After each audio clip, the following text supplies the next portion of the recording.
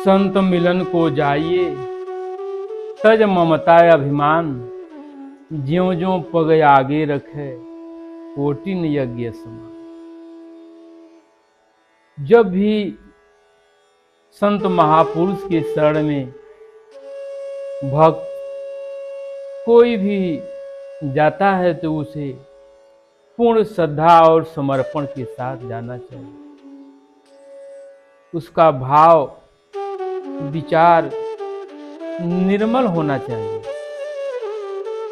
कबीरदास जी दर्शाए हैं कि साधु के घर अगर आपको जाना है तो कैसे जाएं? कबीरा यह घर साधु का खाला का घर ना है, शीश उतारे भूई धरे, तब पैठे घर माए। मन के विकार को, अहंकार को, ऊंच नीच, छोटा बड़ा, समस्त गलत विचारधाराओं को त्याग करके तब महापुरुष के शरणागत में जाना चाहिए। वरना क्या मिलेगा आपको?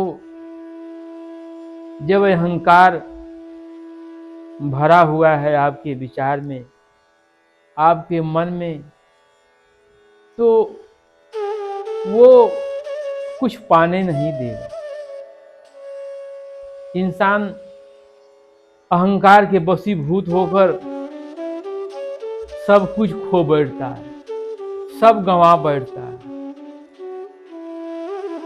संत रविदास जो अपने समय के महान तत्वदर्शी, तत्ववेत्ता महापुरुष थे, अपने जीविकोपार्जन के साधन में लगे रहते थे। अपनी झोपड़ी में कार्यरत रहते थे, जूता बनाते रहते थे, व्यस्त रहते थे।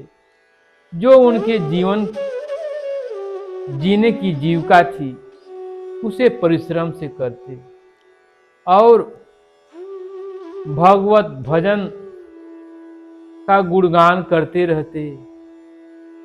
जो आता उसे भगवत भक्ति का गुणवाद सुनाते और भक्त को प्रसाद रूप वितरण करते। यही उनका सिलसिला चल रहा था। लोगों को प्रभु नाम का प्रसाद भी वितरण करते।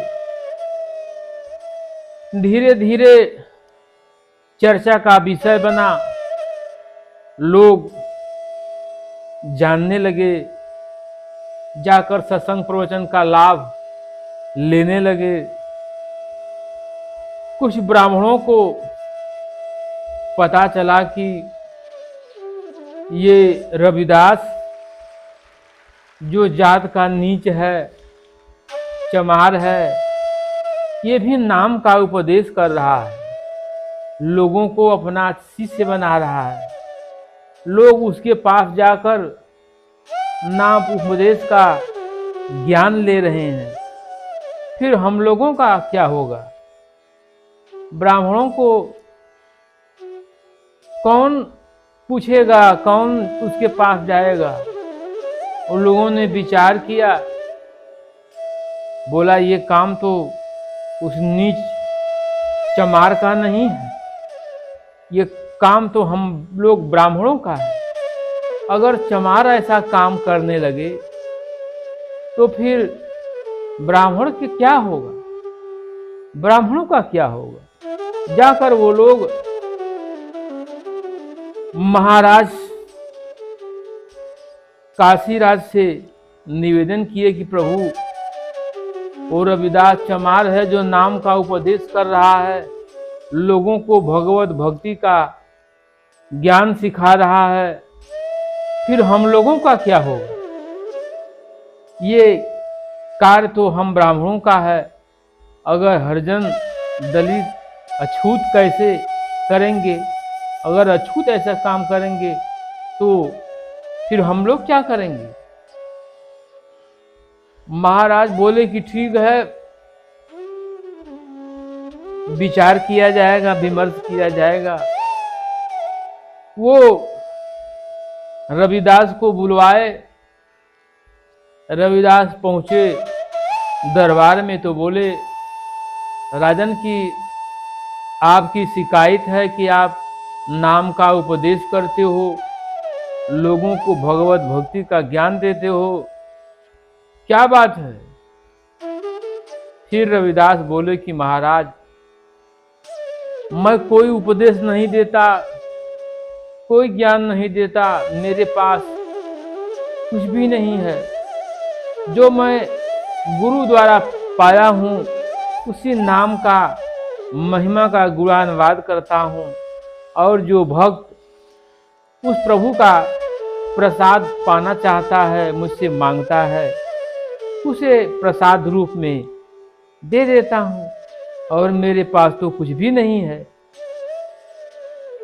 फिर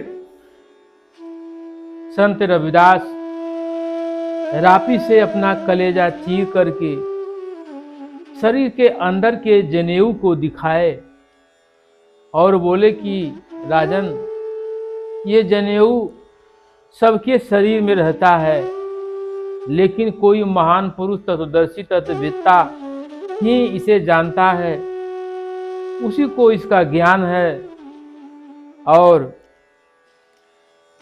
किसी को नहीं हो पाता। तो जनेऊ तो सबके पास है, परमात्मा ने वो व्यवस्था की है। राजा देखे, समझे, जाने, परखे, फिर रविदास जी को मुक्त कर दी। रविदास जी वापस चले गए। फिर जाकर के अपने झोपड़ी में भगवत भजन कीर्तन करते और अपना कार्य भी धीरे धीरे करते। उन्हीं के झोपड़ी के सामने एक साहूकार जो लाला था, उसका बड़ी ही आलीशान बिल्डिंग थी, बंगला था, लाखों करोड़ों का कारोबार था, लेकिन लाला बीमार था, उसे नींद ही नहीं आती, बेचैन रहता, चैन ही नहीं था, उसका चैन ही छीन गया था। बड़े बड़े दूर से वैद्य, हकीम, डॉक्टर सभी लोग दवा करके थक चुके थे, ठीक ही नहीं हो रहा था, परेशान था, रात को नींद ही नहीं आती। अब क्या करे? सोचता कि मैंने सब कुछ बनाया, सब कुछ सजाया, आज मेरे पास सोने चांदी धन दौलत की कोई कमी नहीं है, लेकिन इस धन दौलत की चमक में मेरा नींद ही समाप्त हो गया, मेरी नींद ही खत्म हो गई, जीवन नीरस हो गया। मैं सब कुछ पा करके भी सब कुछ गंवा बैठा। मेरे पास कहने को तो सब कुछ है, लेकिन न सुख है न शांति है। जीवन बहुत दुखमय बीत रहा है। क्या करें? वैद्य, हकीम भी सब हार चुके हैं, पराजित हो चुके हैं। अब क्या करूं? लाला एक दिन किसी प्रकार टहलते टहलते संत रविदास के झोपड़ी के पास पहुंचा, तो भगवत भजन सत्संग प्रवचन कर रहे थे, कुछ भक्तगण वहां बैठे हुए थे। लाला भी वहां गया। अब क्या करे? मरासन स्थिति में है, लाचार है।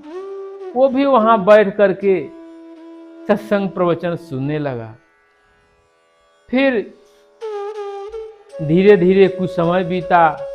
उसके मन में बहुत आत्मग्लानि हुई कि जिस धन को इकट्ठा करने के लिए मैं कितने का धन लूटा, बेईमानी किया, शैतानी किया, मजदूरों की मजदूरी मारा, कम तौला तेनी मारा। आज सब कुछ मेरे पास है, लेकिन मेरा सुख चैन सब नष्ट भ्रष्ट हो गया। कुछ भी नहीं मेरे पास, मेरा चैन ही समाप्त हो गया। उसके हृदय में पश्चाताप की अग्नि है, सोच रहा है, विचार कर रहा है। सत्संग जब समाप्त हुआ तो सत्संग का प्रभाव उसके ऊपर होने लगा।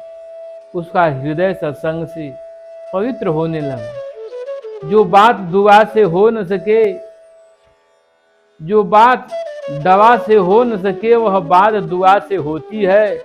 और जब कामिल मुर्शिद मिलते हैं तो बात खुदा से होती है। तो लाला के ऊपर सत्संग का असर हो गया। जब घर आया, भोजन किया तो सोया तो उसको नींद आ गई और गहरी नींद आई। हृदय को बहुत शांति मिला, बहुत उसे सुकून मिला। सवेरे उठा तो सोचा कि आज तो मुझे नींद आ गई, मेरा हृदय शांत हो गया, संतुष्ट हो गया। विचार में उसकी शीतलता आ गई। फिर वो नित्य जो है संत रविदास के यहाँ जाने लगा, सत्संग प्रवचन का लाभ उठाने लगा। धीरे धीरे उसका मन का विकार नष्ट हो गया सत्संग के प्रभाव से। फिर कुछ दिन बीता तो सोचा कि संत रविदास गरीब हैं, मेरे पास तो धन की कमी नहीं है, कुछ सोने की असरफियाँ ले जा कर के संत रविदास को दे दूं, जिससे कि वो अपना जीविका के साधन में लगा लें, अपना स्थिति कुछ ऊपर उठा लें। एक थैली से भरी असरफी ले जा कर के संत रविदास को देना चाहा। तो पहले तो वो ले नहीं रहे थे, लेकिन बहुत प्रयास किया, प्रयत्न किया। बोला कि संत जी आप इसे ले लीजिए और फिर मैं आपसे मांगूंगा नहीं, आपको उधार नहीं दे रहा हूँ, ये आपके लिए सहयोग कर रहा हूँ। बोले ठीक है। फिर रख लिए। अपने आसन के नीचे और लाला चला गया। फिर दिन में जब जब याद आता तो उस धन को वहाँ से दूसरे जगह घसका दिए। फिर सोचे कि यहाँ से कोई उठा न ले जाए, फिर तीसरे जगह घसका दिए। फिर कुछ समय बीता तो सोचे कि अरे ये धन है, हो सकता है कि कोई उठाने ले जाए। फिर उसको उठा करके दूसरे जगह रख दिए।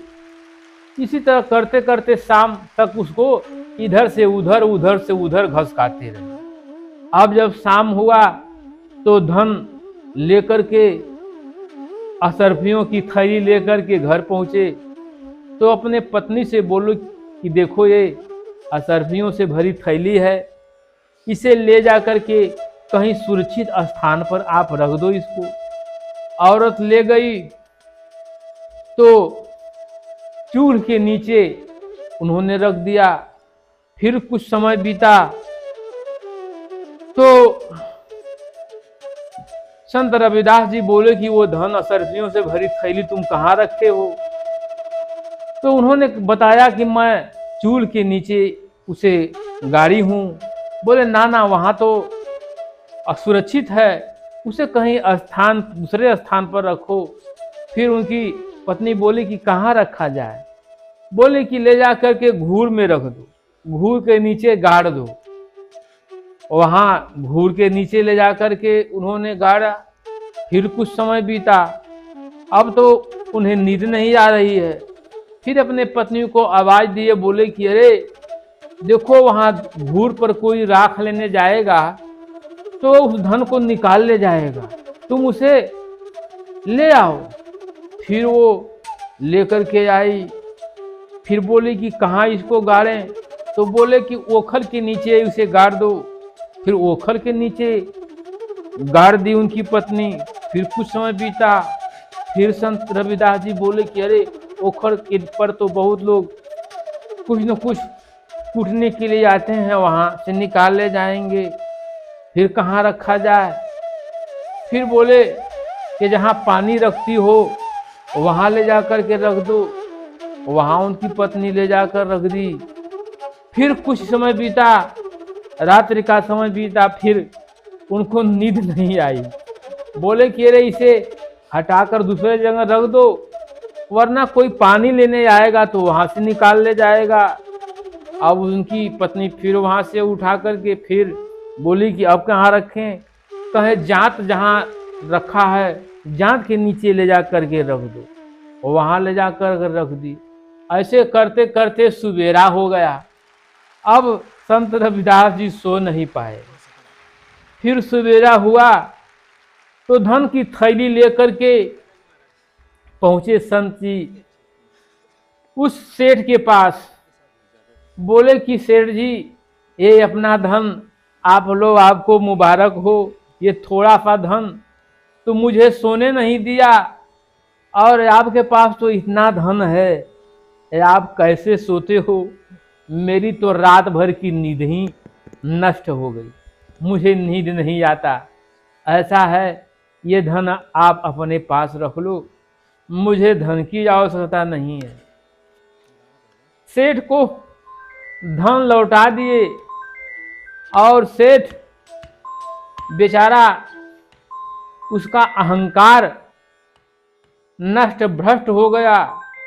जो धन का अहंकार था, जो धन के लिए अपने को बहुत बड़ा समझ रहा था कि मैं बहुत धनी हूँ, मैं सेठ हूँ, मैं समृद्धिशाली हूँ, मेरे पास सब कुछ है। लेकिन जब वो धन लौटा दिए तो उसे अपनी औकात का पता चल गया। फिर संत रविदास जी के चरणों पर गिर पड़ा। बोला कि आप धन्य हैं, आपका विचार, आपका विवेक, आपकी बुद्धिमत्ता, आप महान हैं। हम लोग तो इसी धन के लिए व्याकुल हैं, इसी धन के लिए सारा जीवन बर्बाद कर दिए, लेकिन आप इस धन को पा करके भी इसे फिर मुझे वापस कर दिए। आप धन्य हैं। तो कहने का तात्पर्य है कि आपका विचार, आपका विवेक, आपका व्यवहार, आपका आहार निष्कपट होना चाहिए। पूर्ण श्रद्धा और समर्पण के साथ जब संत सद्गुरु के चरण में जाएंगे तभी उसका लाभ मिल पाएगा। और ये जीवन नाश्वर है, अनित्य है, क्षणभंगुर है। ये शरीर पंचभूतों से निर्मित है, छित जल पावक गगन समीरा, 5 तत्व की अधम शरीरा। 5 तत्व का ये शरीर पंचभूतों से निर्मित है। फिर जब समय समाप्त हो जाएगा, ये भाड़े का क्वार्टर छोड़ना पड़ेगा। तो आपका क्या है जिसे आप अपना कहने के लिए व्याकुल हैं? संसार यही सोचता है कि घर मेरा है, ये धन मेरा है, ये बीबी, ये बच्चे, ये संसार सब कुछ मेरा है। क्या है तेरा? ना कुछ मेरा, ना कुछ तेरा। 2 दिन का है रैन बसेरा, 2 दिन का रैन बसेरा है, फिर तो यहीं छोड़ करके सब कुछ जाना है। तो आवश्यकता उतनी है, कितनी कि साईं जितना दीजिए जामे कुटुंब समाए, और मैं भी भूखा ना रहूं, साधु ना भूखा जाए। और धन ज्यादा कमा कर क्या करोगे?